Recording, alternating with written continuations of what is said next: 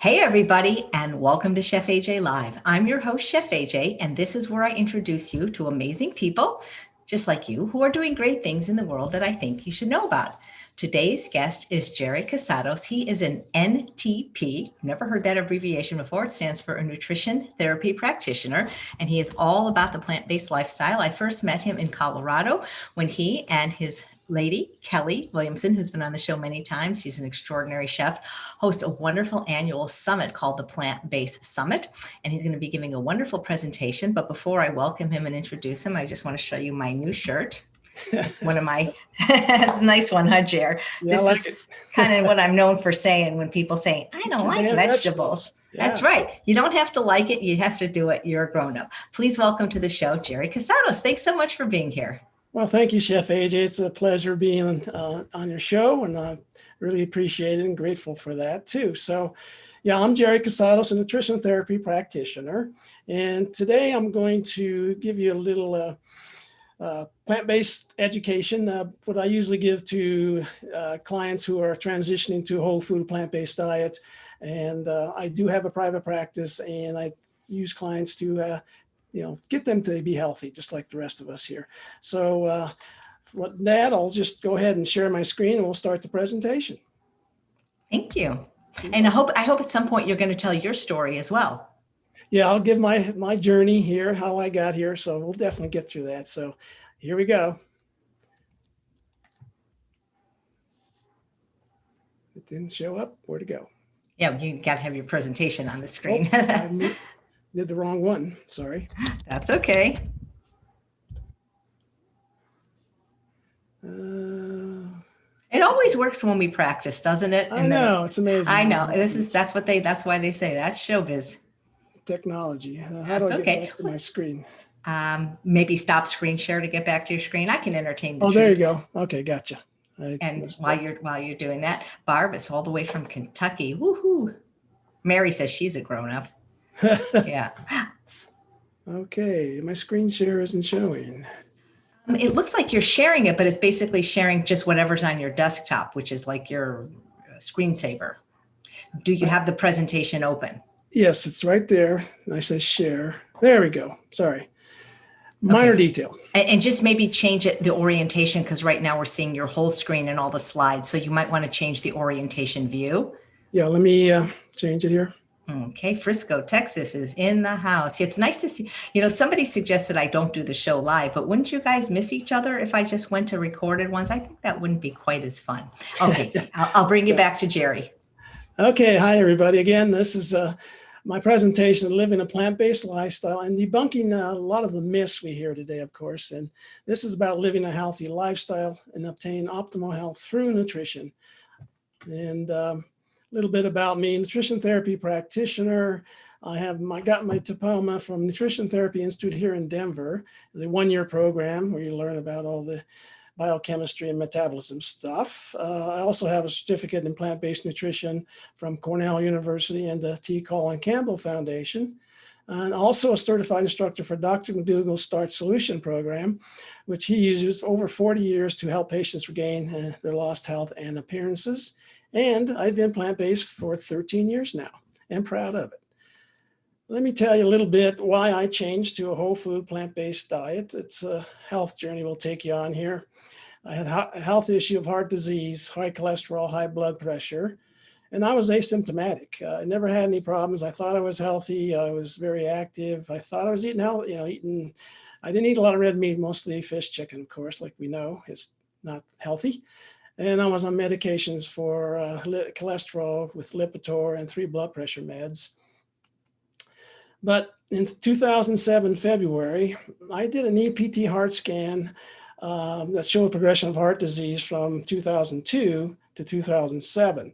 In 2002, that's 5 years apart, I did one just because I wanted to see what my health of my heart was, assuming the medications were working and I was not, getting more plaque in my arteries. But the 5 years since, the calcification score increased from 50 to 75 percentile range, which means that the higher the score, the greater the disease, meaning the plaque was building up in the arteries. So that wasn't real good news, obviously.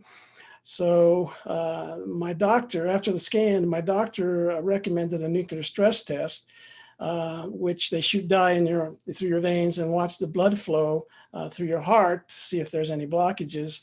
But it showed artery calcification on the left side, which wasn't good news. And it was a little dark spot they saw. So after the stress test, my physician and the cardiologist recommended a angiogram, which wasn't too happy about that either. But I declined the angiogram procedure. And you're probably wondering why I would decline the angiogram. Well, the reason is information that I learned in the past. It was basically in 2002. So as I sat there with the doctor and he was telling me about the angiogram, I had an aha moment. I love that phrase. I heard this from Dr. Stanzik, who gives her presentation, and her aha moment with MS. And so that fit appropriately for me. But when I sat there with my doctor, it struck me that he was saying why I should do the angiogram, the procedure. I didn't really want to.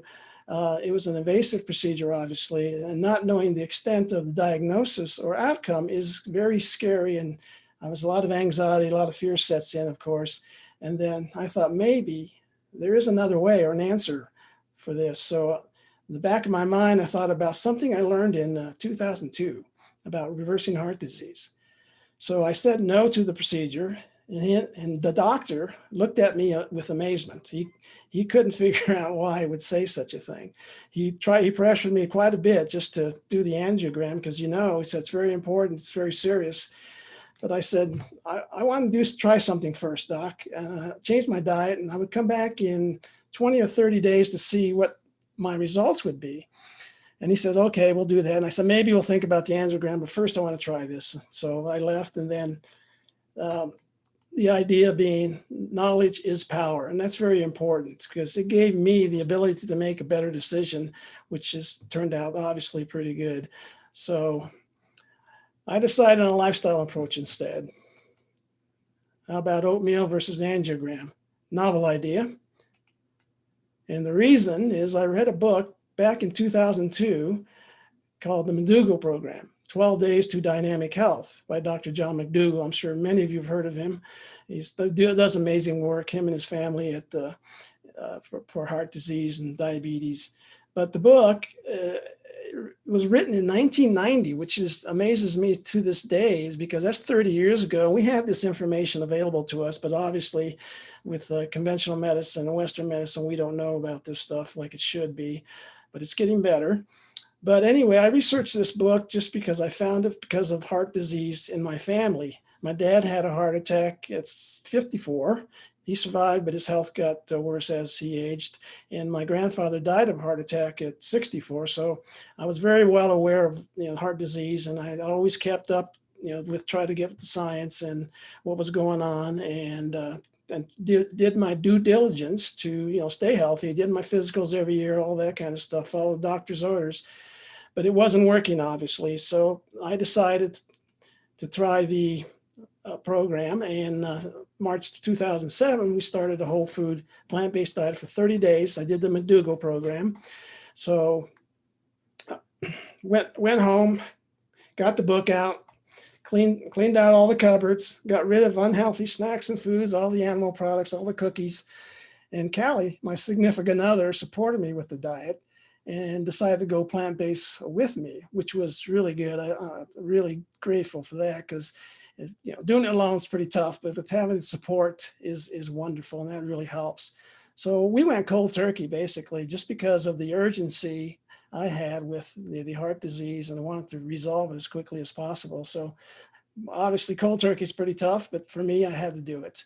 So 30 days later, I went back to the doctor, and my biomarkers improved. My cholesterol dropped 20 points, blood pressure dropped, but I was still on the medications, and I really wanted to get off those. But I also lost 6 pounds in the process, which I wasn't looking to lose weight. It just came off naturally. And I told my doctor about it. He says, what'd you do? I told him about Dr. McDougall, diet, all this. And he looked at me and says, well, keep up the good work. And that's the last time I saw him. So June 2007, I decided to attend Dr. McDougall's 10-day live-in program in Santa Rosa, California, where he becomes your doctor for 10 days and basically teaches you about nutrition, about chronic disease, and the real causes of chronic disease, not just what you hear from the internet and stuff. So it really was a great experience. And he took me off my medications day one, basically. You have a consultation with him on the Saturday when you get there, and he goes through your medical history, and then he goes through all that. Then he basically said, took me off my meds. Of course, I was anxious about that but I trusted him. He's been doing it for 40 years. So it's a little, psychologically, it's tough.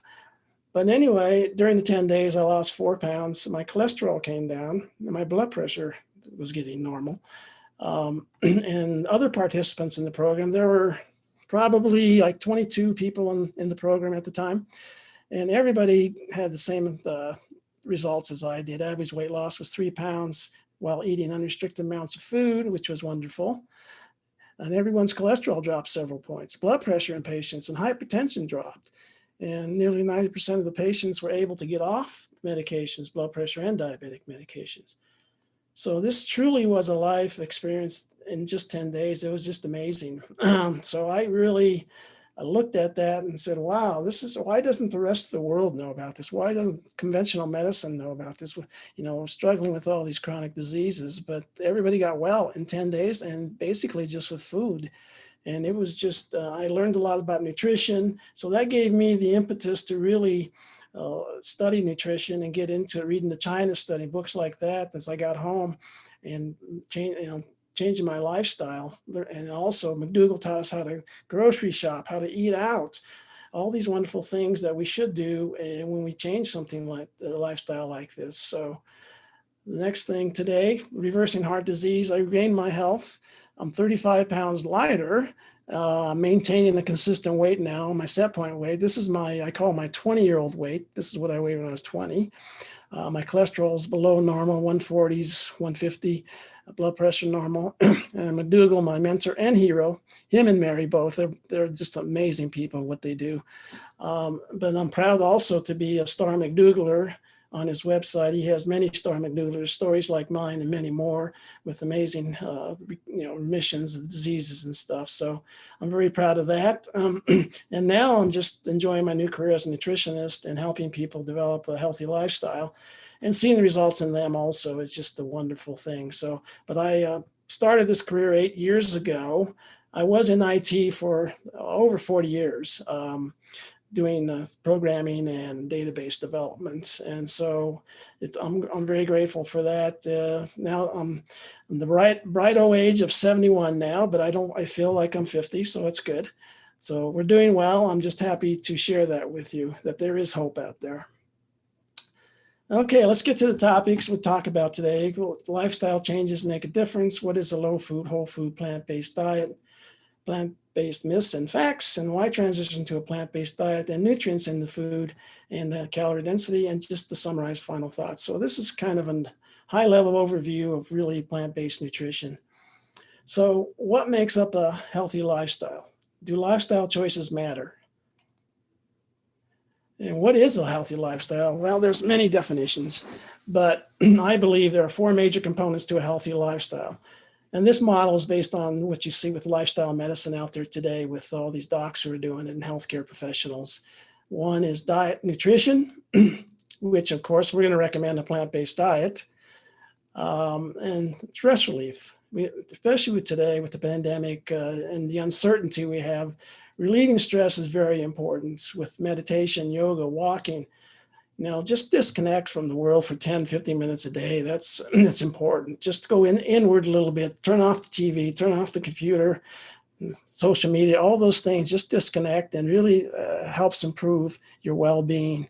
And meditation, as many know, really the science behind it and the neuroscience behind it is really does change your brain into alpha and delta wavelengths, and that there's a lot of really good stuff about it. So definitely, and I try to meditate a few times a week. I wish I was better at it, but I do try. Love and support. of course, is very important in this lifestyle. Friends, family, community. We all need that, and especially right now we can't see everybody just because of the distancing and everything. But at least we have people around we can talk to and continue that love and support. And next, just movement. Just move. Walking, biking, yoga, just move, whatever it takes, vacuuming, everything's good to keep you don't have to be a marathon runner. Just go ahead and move. And that's all I recommend to people. So nutrition is an important component of a healthy lifestyle. The food choices you make affects your weight, how your body functions, your overall health and well-being. The food we eat has one of the greatest effects on determining the quality and length of our life. So lifestyle matters and choices matter. So it's very important. So do you want to feel better, more energy? Do you want to improve, stabilize, or even reverse chronic conditions such as heart disease, high cholesterol, diabetes, or high blood pressure? Do you want to lose weight? Would you like to have fewer medications? Are you open to changing your diet if it could really improve your health? If the answer is yes, then whole food, plant-based lifestyle may be for you. So what is a low-fat, whole food, plant-based diet? A whole food, plant-based diet is centered on whole, unrefined plants and minimally refined plants.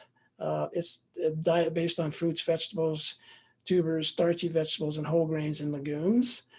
You can add plenty of spices to enhance the flavor of the food and use simple sugars and salt sparingly. I try to avoid those as much as possible, but a lot of people transitioning still need to maybe add a dash of this and that. So, but try to avoid those as much as possible.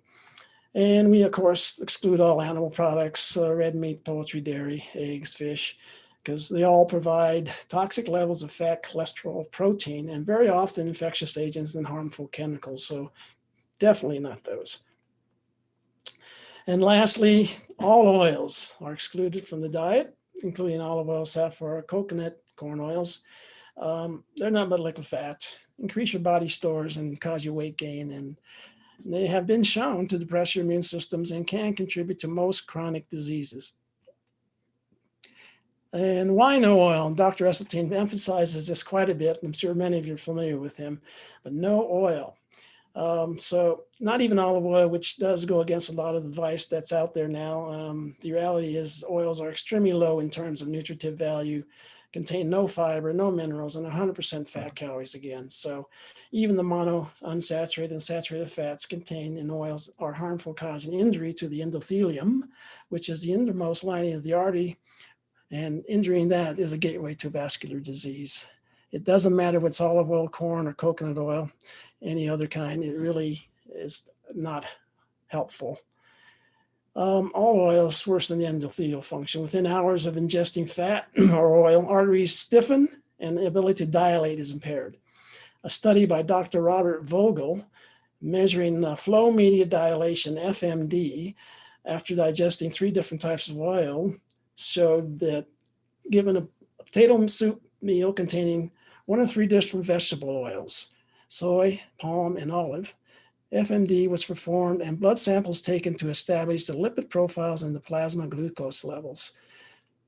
And the results that all oils tested, even olive, resulted in acute endothelial impairment. So it really injures the arteries pretty quickly. The conclusion is no difference was found in the acute adverse effect of the ingestion of different vegetable oils on the endothelial function. All the vegetable oils, fresh and deep fried, produced an increase in triglyceride plasma levels in healthy subjects. So that's the reason we don't use oil. Another study on high-fat meal consumption, 1999, measured FMD again. After ingestion of high-fat meals, reported a 3-hour decline in FMD after subjects ingested a traditional meal of hamburger and French fries or cheesecake. That's pretty high fat. There are 2 groups. One group was fed a fast food breakfast with 900 calories and 50 grams of fat. The other group was fed a breakfast of 900 calories with no fat. For the no-fat group, the arteries bounced back to normal as they had when they first measured before the meal. In the high-fat group, the arteries took significantly longer to return to normal. So this really shows the impact even with one single meal can have on endothelial cells. And this, I don't know if everybody, I'm sure a lot of you have seen the movie The Game Changers. Well, this is from the movie where they gave athletes a plant-based black bean burrito and a chicken burrito, and they did blood work. And then the blood you can see is the clear one is the black beans. It's very clear, you can see through it. And the cloudy one is the fat in the blood from the chicken. So as you can see, one meal over time can do a damage, and just doing this every day really damages your body, as you well know, but it's very, very dangerous. So what are the food groups for the whole plant-based diet? This is the basic starch-based diet. Foundation of the diet is based on starchy vegetables, grains, which can be centerpiece of your meal, with the addition of fresh or frozen green and orange and yellow vegetables and fruits. And of course, I think everybody knows what a starch is: potatoes, sweet potatoes, jams, whole grains, brown rice, barley, oatmeal, legumes, squashes of all sorts, and non-starchy vegetables, which are the carrots, the collard greens, all leafy greens, onions, spinach, lettuce, garlic, and fruits of all types, of course. That's the foundation. And of course, these foods are scientifically proven to provide optimal balanced nutrition, and therefore are ideal for all human beings. And because of the high complex carbohydrate content and low fat content, they also are ideal weight loss foods. And we'll get into more of that too. Also, these foods contain immune boosting antioxidants, which you've heard are very necessary to prevent disease. And only plants have these antioxidant vitamins such as C, E, K, and beta carotene. Animal foods are exceedingly low or devoid of these antioxidants. So what are some of the health benefits of a plant-based diet? I think many of you probably know this already, but to emphasize it: lower cholesterol, blood pressure, blood sugar, prevent and reverse heart disease, prevent and reverse type 2 diabetes, you get healthier weight loss, lower risk of cancer, may slow the progression of certain types of cancer, and improves symptoms of rheumatoid arthritis. In fact, pretty much all autoimmune diseases nowadays. And have fewer medications, that's the goal, and lower food cost, and good for the environment, of course, and improved digestion and bowel movements.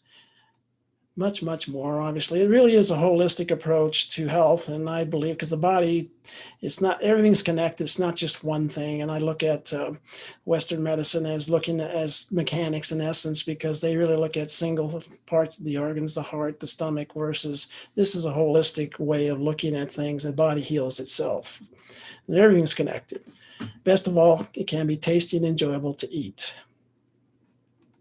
Versus the standard American diet, which is 88% processed and animal foods. 63% of it is processed foods, fruit, fats, oils, sugars, refined grains, and fast food.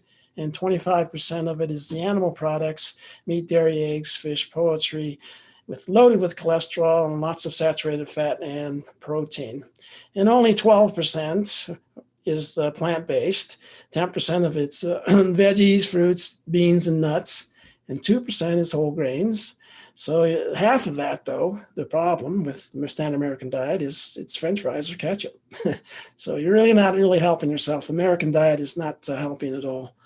And some of the World Health Organization classifications of red and processed meats is pretty dangerous, with the class 1 type cancer-causing processed meats, sausages, hot dogs, bacon, salami, and the class 2A are probable causes of cancer, of course, pork, beef, and lamb. So definitely that's why we avoid those foods.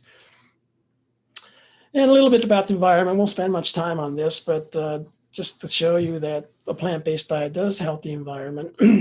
1 pound of hamburger takes 12 pounds of grain, 55 square feet of rainforest, which it destroys, and 2,500 gallons of water to produce 1 pound of hamburger. So we're wasting a lot of resources here.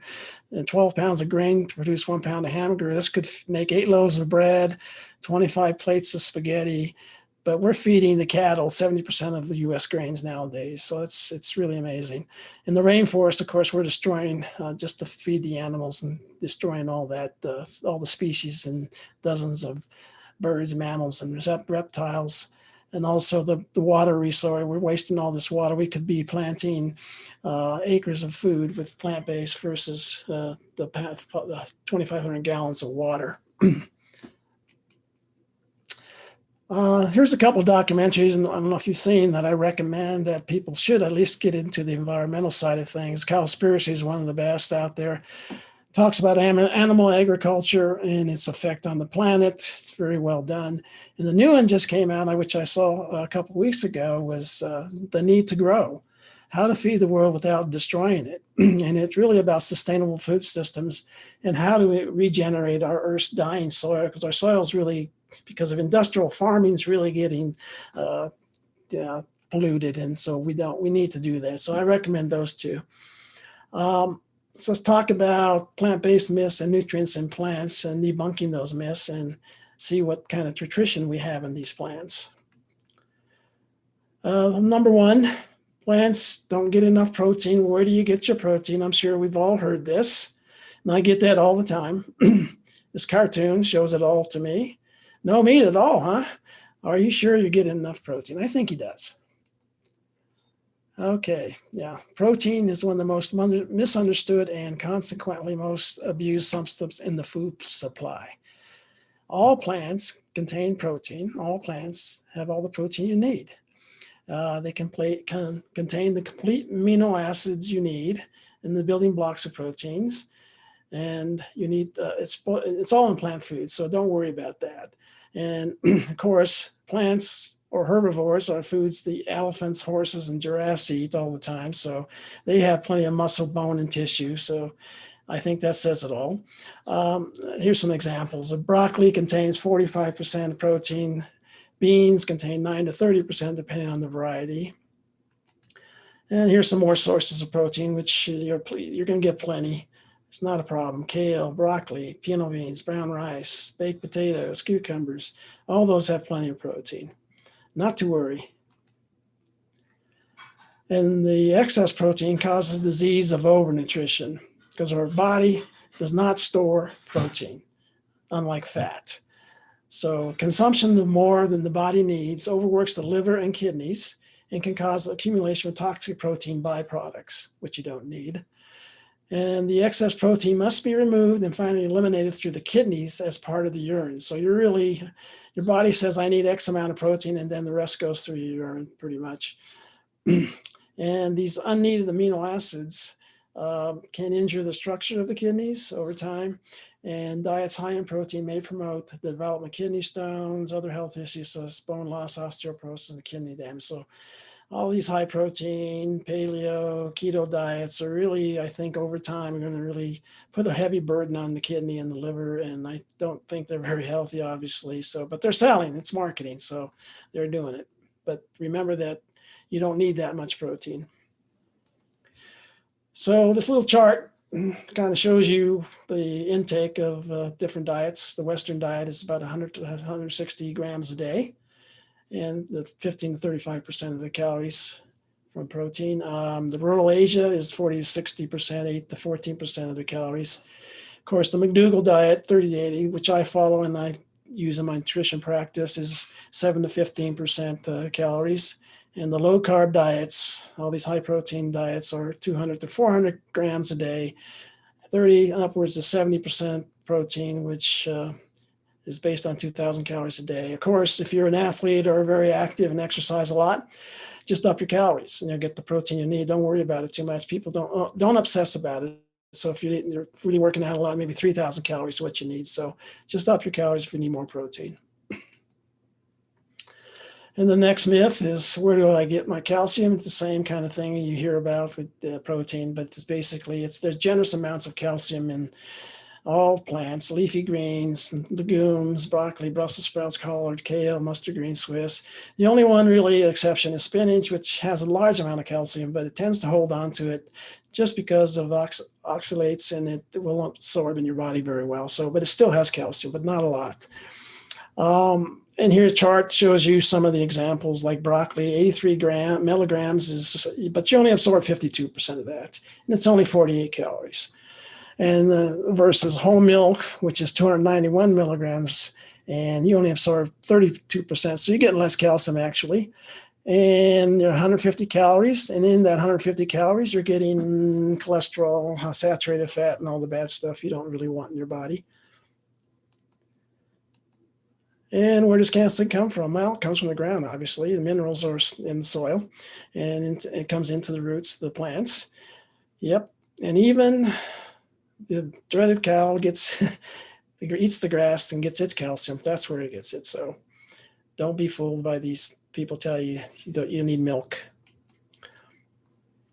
Next is just a little chart that shows you hip fractures per calcium consumed and in the world. And of course, the United States is the top of calcium consumed per capita, 100,000 people. And most of the calcium, obviously, is from the United States, is coming from dairy products.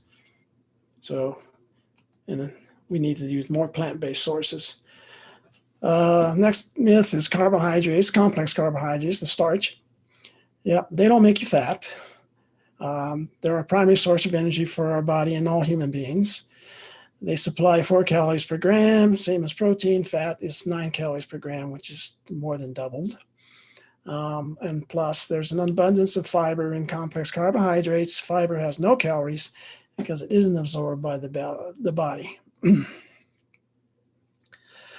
Okay, the science shows after eating complex carbohydrates found in starches, such as beans and rice, are digested into simple sugars in the intestine and then absorbed into the bloodstream, where they are transported to the cells in the body in order to provide energy.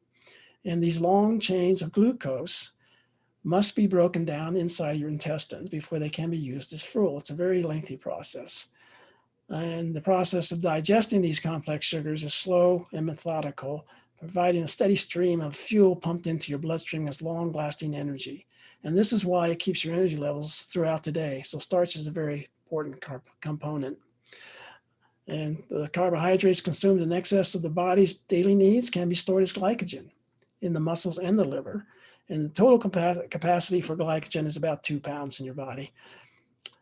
These complex carbs consumed in excess are not readily stored as fat, though. Or a lot of people believe that, the low carb people. Instead, these excess carbohydrate calories are burned off as heat, actually, and known as facultative dietary thermogenesis, and also used in physical movements not associated with exercise. So you actually burn it through your skin through heat. You actually at night can burn the carbohydrate off in your skin through heat. So you don't have to exercise. You're burning it off naturally just by eating the starch-based diet. Yes, even the maligned potato, which I say it's the low carb people, just to mangle it, but it's one of the healthier foods on the planet, actually. If you think about it, it has pretty much all the vitamins you need, maybe a little short of vitamin A, but pretty much it really is a healthy food. And I eat a lot of potatoes. I know Chef AJ eats tons of those. But there's a lot of examples that the potato diet, like the Andrew Taylor, if you heard of him in Australia, he ate a potato diet for a whole year and he lost 121 pounds. He was 332 pounds, depression, addiction, and he was just in bad shape. And he's pretty young, in his 30s. And he ended up losing 121 pounds and just on potatoes, and he put little toppings on them, but everything, his blood work was perfect after a year. I don't know if I can do that, but that's a lot of potatoes. So that's pretty amazing. So the simple carbs, or we call empty calories, are refined processed carbohydrate foods that have had almost all their nutrient values removed in the fiber, except for the simple carbohydrate. Thus, they are called empty calories. Most baked goods, white breads, white pasta, snack foods, candies, soft drinks, and non-diet soft drinks fit into this category. Bleached and rich wheat flour and white sugar, along with all the artificial flavorings, colors, and preservatives are the most common ingredients you'll find in these so-called bad carbs. But the goal is to limit or avoid these intake of these simple carbs and increase your starch consumption. So whenever possible, you should choose good carbs and try to avoid the refined and processed foods as much as possible. And I think a lot of people, the clients I have, struggle sometimes with this, especially if they're transitioning to a plant-based diet. Just think of starch as comfort foods. That's the way I look at it. It's comfort food. Whatever comfort food you like or your favorite, you had growing up, whatever it is, just think of it and then take out the meat and dairy, and that's probably what you can eat. And they still have, just add more, spices to your flavor. Foods such as spinach lasagna, minestrone soup, bean and rice burritos, pot roast without the roast, mashed potatoes and gravy with roasted vegetables, yummy, and homemade 3-bean chili. How about that? Oh, that's really looking tasty. And no oil either. And starch is just clean fuel. Think of it that way. Starches are very low in fat, 1 to 8% of their calories. They're no cholesterol. And they don't grow human pathogens like salmonella, E. coli, all that bad stuff. If it does, it comes from animal sources or some sort of cross-contamination in some of the foods. But they do not store poisonous chemicals like DDT, methylmercury, which you find in many of the seafood today. And starch is complete nutrition. Plenty of protein, as we talked about. Contains all the vitamins and minerals, full of dietary fiber, and very energy satisfying. Comfort food, fills you up, satisfies you, so you'll be full. And this kind of tells the story of large population of trim, healthy people throughout verifiable history have obtained the bulk of their calories from starch. Examples are barley, Middle East for 11,000 years, corn, North Central America, 7,000 years, legumes, Asia, Europe, America, 6,000 years, potatoes, sweet potatoes. So it's been around for a long time. So we try not to avoid them. Next topic is just talk about the blue zones. You probably have heard of these. It's a very interesting topic because it tells us why we should really think about how we eat. And blue zones is a concept used to identify a demographic and or geographic area of the world where people live measurably longer lives. And in these blue zones, they found people reach the age 100 at rates 10 times greater than in the United States. And their diet is over 90% whole food, plant-based. And I don't know if you heard of Dan Buettner, a Natural Geographic Fellow and New York Times best-selling author. He wrote The Blue Zones in 2005 for Natural Geographic and has read a couple of books after that. In his research, he actually visited these blue zones and spent time and lived with the people in the blue zones and offers an explanation. And it's based on empirical data, historical data, and firsthand observation as to see why these populations live healthier and longer lives. And he defined 5 blue zones as Okinawa, Japan, Sardinia, Italy, Nicoya, Costa Rica, Icaria, Greece, and Loma Linda, California, where the Seventh-day Adventists reside. So what is their diet? Well, it's really pretty much plant-based, 95% plant, 5% animal, very high carb, 65 carbohydrates, starch, and 20% fat and 15% protein. They're good ratios. And they have fish or eggs maybe 2 or 3 times a week, and the meat 5 times a month maybe. They mostly for celebrations or the type of thing. They really don't not part of their main diet.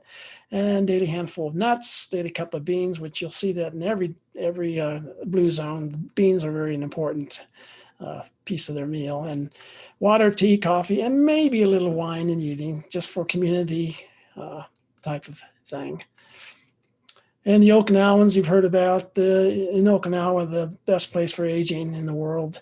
It consists mostly of sweet potatoes, rice, vegetables, some fish, no dairy products. And more people over 100 years old per 100,000 anywhere else in the world. The lowest death rates from cancer, heart disease, and stroke. Top 3 killers in the U.S. And the highest life expectancy for males and females at over 65. And the females in Okinawa have the highest life expectancy of all age groups. So they're showing us the way. Of course, the Seventh-day Adventists in Loma Linda, California are strict vegetarians and vegans who consume mainly grains, legumes, fruits, and vegetables, and have the lower incidence of heart disease, colon cancer compared to the general populations. So nutrients in plants. Do plants have complete nutrients? Vitamins, minerals in plants. And vitamins, most Americans eating the standard American diet are vitamin and mineral deficient because of the food, animal-based and processed. This is why many take supplements to fill their need for perceived or real deficiencies. But whole foods have all the nutrients that the human body requires. It has the carbohydrates, the fat, the protein, vitamins, minerals, fiber, and gives you enough calories. So there should be no need for added supplements when following a whole food plant-based diet. The only two vitamins the plants do not have are vitamin D and B12. And you get vitamin D from the sun. Spend 10, 15 minutes out and 11, 12 o'clock in the day and get face and skin. But some people do need supplementation if they don't have availability to that, and they still, if they're shut-ins, they have to have some supplementation. And B12 you get from a supplement. The recommendation is if you've been on a plant-based diet for more than 3 years, or you're pregnant or nursing, take 5 micrograms of B12 a day to ensure that you get enough, the adequate of the vitamin, and because these vitamins stay in your tissue long periods of time. And the dosage you find at these health food stores and stuff is the lowest I've seen is only 500 micrograms. So you can take that and then you'll be fine. You don't have to take it every day, but I take it maybe 3 or 4 times a week.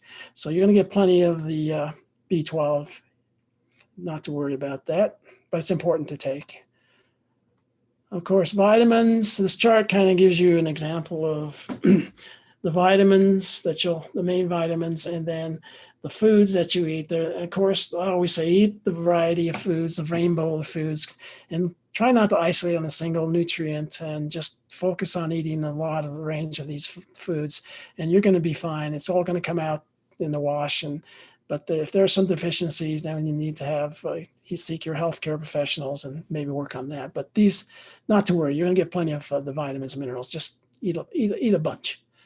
And the mineral side of things, they're needed for the body. And there's 2 body functions they help is they regulate the body process and give the body structure, like blood clotting, heartbeat, maintenance of internal pressure on the body fluids, nerve responses, and to transport oxygen from lungs to the tissues. And even though they're only a small percentage of your body, about 4% of your body weight, you need minerals are essential for life. So like calcium, potassium, phosphorus, and all those foods, you definitely need those minerals.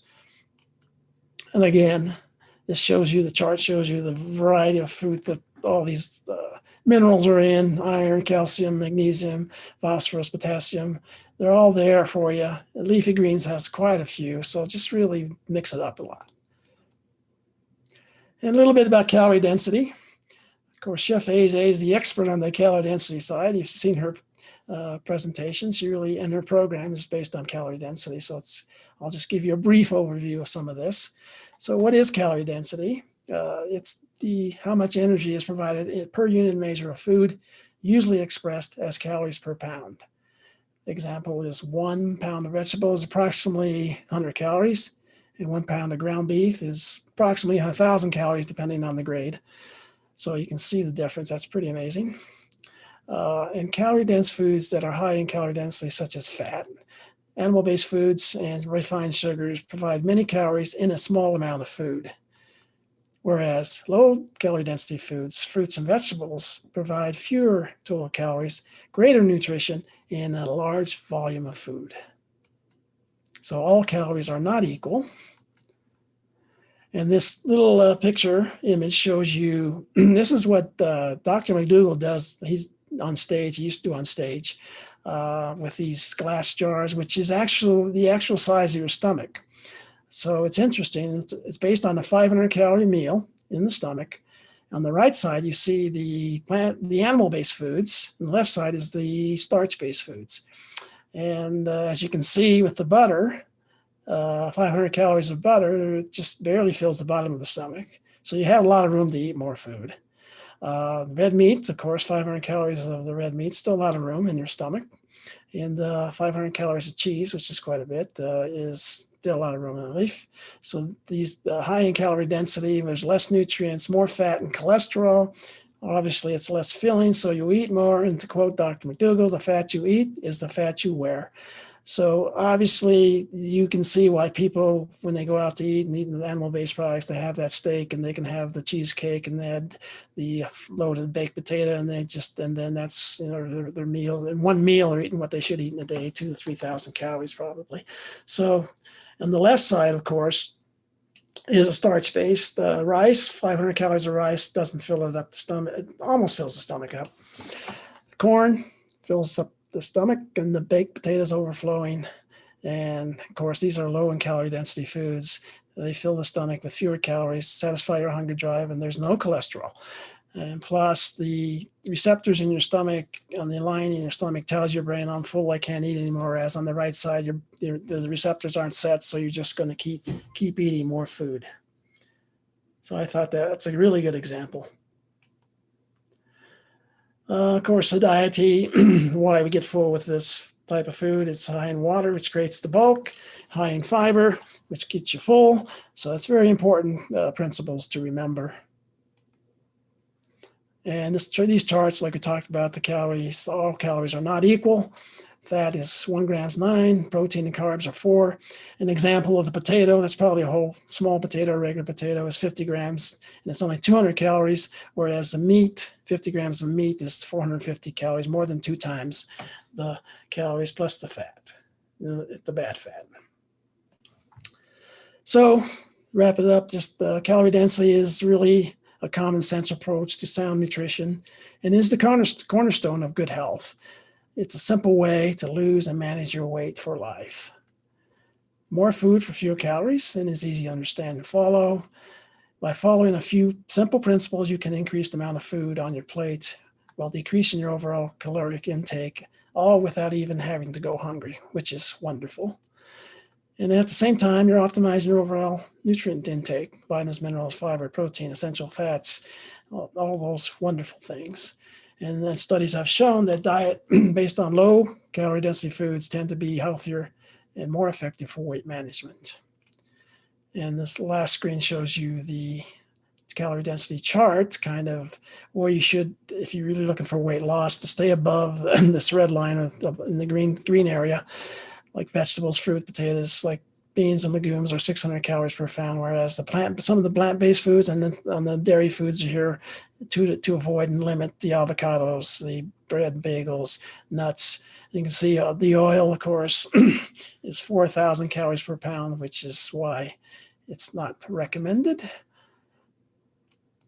So next, we'll just go over some of the clinical studies that show the evidence of why a plant-based diet really works in reversing and preventing disease. And I'm sure many of you have seen some of these studies, but the first one is a lifestyle heart trial in 1990 by Dr. Dean Ornish, who took 28 heart patients and treated them with lifestyle changes only, and 20 heart disease patients with standard treatment suggested by the doctors with heart disease. It was a randomized control trial to determine whether comprehensive lifestyle changes affect coronary artery disease after 1 year. And the program is pretty simple. It was basically vegetarian, vegan food, walk a half hour a day, manage your stress. And they probably did yoga and meditation and avoiding tobacco. That was pretty much it. And after a year, cholesterol dropped 24%. The bad cholesterol, LDL, dropped 37%. The average weight loss was 22 pounds. And they saw a reversal in 82% of the participants in the study, which is truly amazing. You think about it. Even if you didn't get the reversal, they still healed their arteries because of the plant-based foods does heal the endothelium layer of the heart just by the nitrous oxide. So here's a picture of before and after 1 year later. On the left, of course, is the damaged arteries, which is full of plaque. And the after picture is amazing how it opened up 1 year later. So that truly is evidence that we all should really appreciate. And other studies have similar results, such as one conducted by Dr. Esseltine, and he's repeated several times. And his famous quote is, "If the truth be known, coronary artery disease is a toothless paper tagger." that need never, ever exist. If it does exist, it need never, ever progress. I really believe that.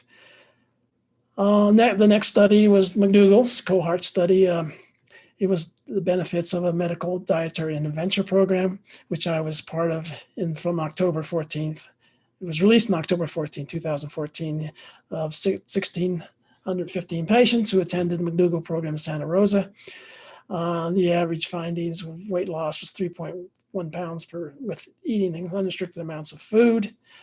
Average cholesterol reduction was 22 points. Average decrease in blood pressure, systolic and diastolic blood pressure in patients with hypertension. And nearly 90% of the patients were off their medications for blood pressure and diabetic. So the intervention programs really work. And again, it's amazing. In just 10 days, this can happen. Just think if you had did this for a lifetime. So why does plant-based nutrition really heal? Well, it's just called spontaneous healing is really what it is. The body's always trying to heal itself, and especially with nutrient-dense diet, plant-based foods, the body's always trying to repair itself immediately after eating a meal. And if you have chronic diseases such as heart disease and type 2 diabetes, so it's trying to do its homeostasis. Like if you cut your hand, you're scratched, it bleeds, the body goes to that, tries to heal it immediately. So it's always trying to heal itself, given it the right stuff. Here's definition of disease. For disease to progress, injury must outpace healing. Reversing a disease is simply a matter of turning this scenario around. To be specific, stop the ongoing injury, which is usually self-induced.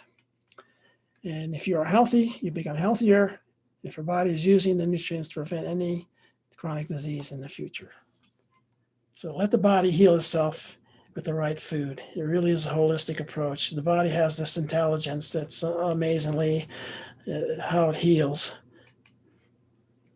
And this definition is one of my favorites, especially Dr. Colin Campbell, of course, trying to study and whole rethinking the science of nutrition. And to me, this says it all about what the plant-based food does. Nutrition is a collective thing, a holistic idea that works in your body like a symphony, providing nutrients packaged by nature in a single food. Novel. For example, an apple. What is it about the apple that promotes health? It's the vitamins and minerals, C, K, B, potassium, dietary fiber, and small amounts of minerals like vitamin E, magnesium. But the antioxidant phytochemicals in it too, but they're still defining a lot of the phytochemicals. There's so many out there. So it's really, and I always say the whole is greater than the sum of its parts, and try not to isolate yourself on the nutrients like vitamins, so specific vitamin. Just eat the apple, let the body take care of what it needs to go to its certain cells and receptors. It'll figure it out. If it needs X amount, it'll do it. So don't try to worry that you're not getting enough of whatever it is. So just move forward. Here just kind of shows you the more you go through to a whole food plant-based diet, the better your health becomes, starting from 0%, 25, 50, all the way to 100% plant-based. You're going to reap the benefits of the whole food plant-based diets the more you really, and I know it's tough for a lot of people, and I get a lot of clients that maybe transition, they can get 75% but can't get over the hump. But at least they're healthier than most because they're still getting the benefits of truly a plant-based diet. So just do the best you can and try to avoid those foods we talk about. So what is the optimal diet? Well, it's not this, of course. We don't prescribe to this. It's this, the whole plant foods. And I recommend the starch solution diet, where this is my plate, 70% starch, pretty much 60 to 70%, with the fruits and vegetables around it, and water for hydration. Now, if you're looking for a better weight loss, cut that in half, and maybe 50-50 type of thing with the starch. Some people like that better. So it's either way, you're still you got to stay full. Your satiety is important, so keep the starch in there. And of course, I recommend the Starch Solution, John McDougall's book. It's it has all the information in detail what I kind of went over a little bit today, and a lot of good recipes and Mary McDougall. It's really a good book, and it gets into the nutrition and the chronic disease side of things. So I recommend that, of course. And what kind of food do I eat? I eat steel cut oatmeal every morning, that's kind of thing. Mock tuna I love. That's just garbanzo beans and mashed up like a tuna. And hearty vegetable stew, one of my favorite. That's the actual picture that Kelly made. We made it in the Instapot. That's really hearty. Good, especially with fall coming up in winter. Pasta primavera, really good. Bean and corn enchiladas. Creamy corn, potato chowder. That's a really good one too. So with that, I'll wrap it up here. Final thoughts. I just always tell people to empower yourself by being a good consumer when it comes to your health. Be informed. Remember, knowledge is power. Even making small changes in your diet and lifestyle can make a significant difference in your health and well-being. And why wait for disease or diagnosis to change? Right now, the cool thing is that people are waking up, and the plant-based movement is really taken off in the last few years, of course, and that's really good news. Trust the food. It knows what it's doing, especially the plant-based food, obviously. And there are only good side effects with this, so not to worry. It's the food. With that, I'd like to wrap it up. Thank you. Let food be thy medicine. Let medicine be thy food. Wow, Jerry, that was amazing. I got to read you some of the great comments. Thank you. There's actually a doctor watching named Daryl Woodruff who says, you know, Daryl? Daryl who?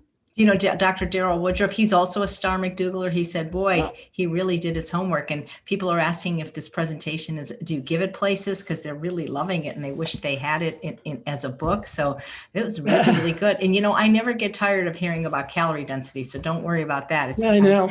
Well, you're the expert in my mind. But. Well, no, I mean, but, you know, and I just listened to Dr. Goldhammer and Dr. Lyle's talk on calorie density like a million times. So that was terrific. You know, one thing I want to touch on is, and this is the thing that it's just, you probably can explain it better than me, is when you started talking about the carbs and the starch, and, you know, people still think carbs make them fat. And they don't understand that they get the excess calories from carbs don't the way that fat does. Is that something that you ever get challenged on by your clients, that you're able to explain in better detail maybe than I am without getting frustrated?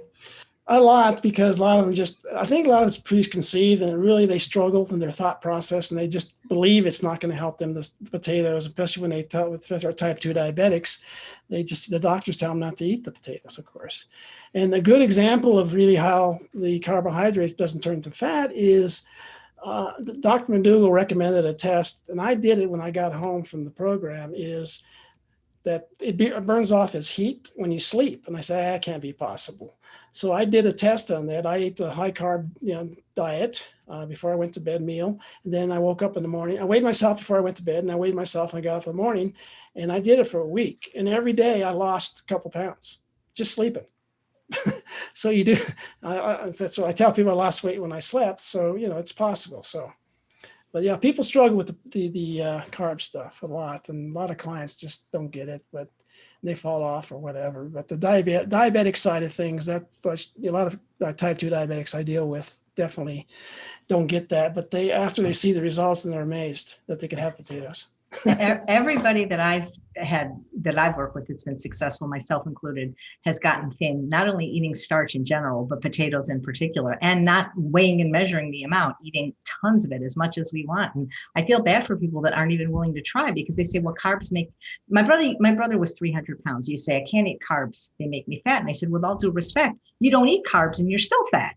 You know, so it's like, I didn't mean to be mean, but he wasn't eating any. So something to make. Ooh, hey, we just got a super chat donation from Susan Johnson. That's what calorie density does. So Jerry, there's a lot of questions on the school you went to and the certification. People just would like to know more about it. Yeah, Nutrition Therapy Institute is probably one of the better schools in the country, and they do online. I did in-person classes back then, and it really is kind of a holistic school, where they just don't get into they get into biochemistry, anatomy, physiology, but they also got into the mind-body connection, which was kind of interesting. You know, so at the cellular level, the mind and the body, how they think, that molecules of emotion. Deepak Chopra, they talk about that, and how your mind is set affects your health also, not just the food. So you really have to think about all that too. And so it's a kind of a holistic thing. And they teach more, even though they accepted my philosophy. That's the reason I chose them, because I said, I'm plant-based. I'm not going to do the standard, dietitian stuff, dairy and all that. I follow this, and they accepted it, and they graded my papers all based on plant-based. They had enough knowledge to know about plant-based nutrition. So it's a really good school. I recommend it. Nutrition Therapy Institute in Denver, Colorado. So is it an in-person school or is it an online both school? It's that both. is really, really cool. And so what were you doing? You must have had something you did before this, right? Yeah, my career in IT, 40 years, computer programming and database development, mostly as a consultant. So yeah, I mean, I was a nerd. Well, you still are. So I mean that. Yeah. I mean that in now the best way. It's nutrition, but yeah, it's I gave up that career to really go for my passion, which is nutrition. And because after McDougall, that just opened my eyes, and I go, wow, why aren't people doing this? I need to share this. I know. I agree. So that's so cool that you are a star McDougaller, and I'm so glad that you respect him just the same way I do. And do you work with people one-on-one, in groups? Because how is it now with the pandemic? How are you doing this? Well, I do Zoom, of course. Yeah, I did a lot of in-person. I like that the most, but of course can't do it. So yeah, we do Zoom consultations. I have a 14-day in the 21-day program. Basically, it's like I create a custom notebook with all the stuff I went over today in more detail, and I give them a meal plan. I give them a cookbook too. Actually, Kelly and I created a cookbook for them, all starch-based pretty much, and then meal plan, cooking, grocery list, how to read food labels. So education mostly, how to get through that, because as you know, after you go through these programs like McDougall, 10 days, you're on your own. You just you take the program and go home and practice. And all these things are helpful in transitioning, because most of my clients are transitioning to a plant-based diet. So the education piece is really important. So how to shop, what to shop for, that type of stuff. Well, if you give them something more detailed than today, then that must be very impressive, because today was really very detailed and excellent presentation.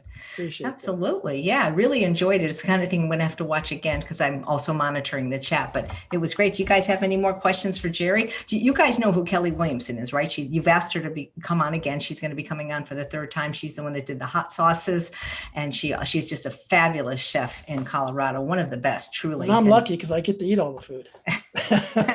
When you think about it, Dr. McDougall has Mary, Dr. Esselstyn has Ann, Charles has me. What would you guys do without us? I know. You would starve. That's I would exactly just right. Eat oatmeal every day. That's about it. Yeah. Let's see. Jennifer says, why do people like to tease vegans, but all the other diets people are impressed by? That's like a philosophical Doug Lyle question. I don't know, but I do know that people do tend to make fun of vegans. I know that because I've been vegan for 43 years. Yeah, it's marketing. They're selling. They're selling the things and guaranteeing all this weight loss or whatever you're looking for. But the long-term damage, I don't think we've seen yet. Obviously, a lot of studies aren't there for keto, paleo, and stuff. And then you're starting to see some of it, but it'll get out eventually. And then, because I don't know if they can sustain that for long periods of time. I haven't heard many people do it for years. Yeah. Well, what's interesting is that the earlier show today was about whether or not there is a food cure for cancer. And it was about a documentary that actually showed that for some people there was, and yet people just don't want to believe it's as simple as what goes on your plate. Let's see. Yeah. Betty Lou says, could you put this in a book and sell it? He could. Oh. I don't know if he will, but he could. Why not? I do have flyer. Let me see. I got it. This. Can you see this? Yep. That's kind of what I went over today, a little condensed version. It's on my website, actually. I keep posting the link to the website. Billy's saying what she watched. It's all of this. It's in there's a downloadable for this. All the stuff I went through pretty much. Not as detailed, but it still has a lot. Billy says what she watched was great. Diane said this has been fabulous. And Bethary says, what blood work tests do you suggest? Well, right now, I do full blood work. Not very often. I just mostly do what McDougall does, the cholesterol, thyroid, and glucose, pretty much. And that's what I recommend for my clients. just to see if their cholesterol comes down and stuff, because I'm monitoring that kind of stuff, especially if they're diabetic too. So those are the ones I recommend, but the full blood work, obviously, you work with your doctor on that just to make sure everything else is okay and there's no deficiencies anywhere. So. And the pandemic, it's never been easier to find a lifestyle medicine doctor, because so many of the doctors are now that weren't doing telemedicine before are, and they can do it in every state. There's somebody that can do it in every state and every country. So there's no excuse now to not have a plant-based doctor on your team that's a lifestyle medicine doctor. And it's grown quite a bit, obviously, and we're happy for that, as you know. Absolutely. So Randy says, well, he can't order blood tests. He's not a doctor. So you have to get that from their doctor. No, you can get them online now.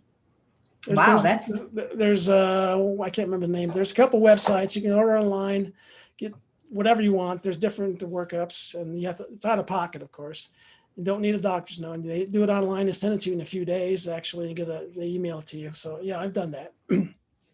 Yeah. Well, you know what? I wish you could get your colonoscopy online. Then I would have if I could do that telemedicine. Otherwise, I'm not doing another. Dr. McDougall doesn't recommend a colonoscopy. He does a sigmoidoscopy, which I had, which is not as invasive, and you're awake the whole thing. You're not right. It's just, Jared, it's really hard to find a doctor that will do it these days. So yeah, that's it. But I've had two, and they were clear, and I'm in a Cologuard that was clear. But see, I had precancerous polyps, so I was, but I'm not doing it again. It's just, I'm not doing it. I'll do Cologuard, but I'll do non-invasive, but no more. Let's see. Randy says, a slightly off-topic question. What are both of your suggestions for a reference on how to go from a SAD diet to a whole food plant-based diet? Well, let's do one day at a time or something, maybe like a lot of people do it. Meatless Monday, start there. Or like I mentioned, comfort food. Find a comfort food you like. Take out the meat and dairy, like a stew or something like that, and just have that. And, just bring in some of these meals on a daily basis if you can. 1 meal a day, 2 meals a day. Just try that and see how you feel. And that's always how you feel. A lot of people just they try it for a couple of days and they say, "Wow, I really felt better." And then they go back and they felt like crap. And ate the other food. So yeah, I would just bring it in slowly if you can. Not everybody can go cold turkey, but what do you think? Yeah, we got to get another saying for cold turkey, maybe cold tofurkey. Yeah. Change all the animal ones to plant ones. Jerry, I think it depends on the individual, because if somebody is a hardcore food addict, sometimes, it really depends on their reason and what their state of health is. Because like if somebody is in stage 4 kidney disease and diabetic, making small changes at that late stage of the game may not be enough. If somebody is 20 years old in college and a fit athlete, I would give a different answer. That's why, I have to know the person, but I would say somebody that's a hardcore food addict with a lot of weight to lose, sometimes making tiny changes isn't enough for them to feel results, because if they're still eating the crap food with the healthy food, that, the crap food's always going to win because it's producing so much dopamine, and it's like Brahms' lullaby can't compete with, a heavy metal band. So that's why it really depends on the individual, what their goals are, and what state their health is in, and how I would answer that question. Yeah, that's true. That's very true. Yeah. But for a lot of people, like you say, adding more fruits and vegetables, that's often just the general recommendation, instead of having them freak out because they can't eat this anymore, eat that, but then add this. And so, I think that's a great suggestion. Yeah. Well, it's so fun talking to you. I love you and Kelly. I wish everybody I love lives somewhere else. Yeah, but that's what's so great about this show is I get to just talk to a friend every day, so I really, it's great. And we love you too. And everything you're doing is amazing. I don't know how you do it every day, twice a day. That's pretty. Yeah, I don't know. I'm only committing for a year because I don't want, and then I won't give it up completely. It may go, maybe, I don't know. I'm committing for 1 year, and I'm already, hey guys, who do you think I should have on the anniversary show on March 20th? Because my birthday is March 22nd. So we'll go a year and 2 days, but you already, I'm sure, let's see if you can guess. Okay, we're going to, you said they did some mind body stuff at your school. See if you could read my mind through Zoom, Jerry. Who do you think Chef AJ is thinking of asking for the 1 year anniversary show? Let me see. Could it be McDougall? Yes, that's who I was thinking of asking. It's just I don't want him to say no. And somebody's saying, Sherry's saying Doug Lyle. I'm thinking of Doug Lyle for my birthday. Wouldn't that be cool if on the 20th, on the anniversary show, I have McDougall, the 21st Goldhammer, and then Doug on my birthday? To me, they're like the Father, Son, and the Holy Ghost. Oh yeah. Yeah, it's amazing. Yeah, Yeah. I mean, Mary and John are just amazing people, as you know, and I owe my whole life to them, basically, what they did, and they're just wonderful, wonderful people. I could not agree more. We're doing, actually, Dr. Goldhammer cracks me up. We're doing a special extended Q&A next Wednesday because he was just on the Rich Roll podcast. He's got like over 300,000 views already. And what's happening is the phone is ringing off the hook. So we sent out an email saying, look, listen to the podcast. If there's something you don't understand, he'll clarify it on Wednesday. So yeah. Wow. That's great. Yeah. Anyway, well, this has been great. I don't want to get off because I like Jerry, but I know you guys probably have something to do. And I actually have, see, because this is, people don't understand, this is my volunteer job or my hobby, because I have like a real job. And what I do is I host these summits, and you think, oh, that's not hard. You just interview somebody for an hour. Well, that part's not hard, but the going through, editing, that I'm sure that takes, 1 hour video could be like, 20 hours till you get it the way the audience is going to see it, Do you ever sleep? I do. I sleep well. I make sleep a priority. My phone tells me when to go to bed. I think at 9:30 or 9:45, it sends me an alarm. And so then I go to bed. I don't always fall asleep at 10. I might fall asleep 10:30 or 11, but I do go to bed. But it's something, I don't know if it's because I'm 60 or because I live in the desert now. I'm up at 5. I would rather be up at 6, but I'm up at 5. My alarm still goes off at 6. Yeah, so that's good. As long as you get some good sleep, that's good. No, I do. I think I get pretty good sleep, so yeah. And also what's nice about being self-employed is if I ever get really, really tired, I just go in my closet, because that's my little yoga studio, and I'll do like 20, 30 minutes of yoga, and I can just, recharge. So that's very nice. Mary says, I knew it was McDougall, but there's, he's a lot of fun. So do you still keep in touch with him? Well, he actually invited him to come to the summit this year to speak, but canceled, of course, in August. He was going to do a Zoom thing at the summit this year, but no. I still keep in touch with him, though. He's amazing. He's back and doing his thing with the 12-day program now. That's kind of cool. He's back at it. That's true. He's back in the saddle. He never left. All right. Well, I'm going to let you go. Say hi to Kelly. Thank you guys so much for watching another episode of Chef AJ Live. Please come back tomorrow. Oh, tomorrow's Saturday. Yes, you will love tomorrow's show, guys. It is an entire family, the Scott family. They've been on before. You've asked them to come back. They're the family in Kentucky where together they've lost, the husband and wife each lost over 100 pounds. Wow. They're called Get to the Root Health and Wellness. It's Faith and Will Scott and the 3 adorable kids. And they're going to be making all desserts made with fruit. They're making a chocolate sundae and an ice cream and a muffin and a cookie. I don't know. They're making like 5 desserts because we're getting ready for the, what's that holiday that I hate? Halloween, where everybody relapses. Yeah, Halloween. Absolutely. All right. Well, take care, everybody. And thanks again, Jerry. Thank you, Chef. Take care. Bye-bye. Bye-bye.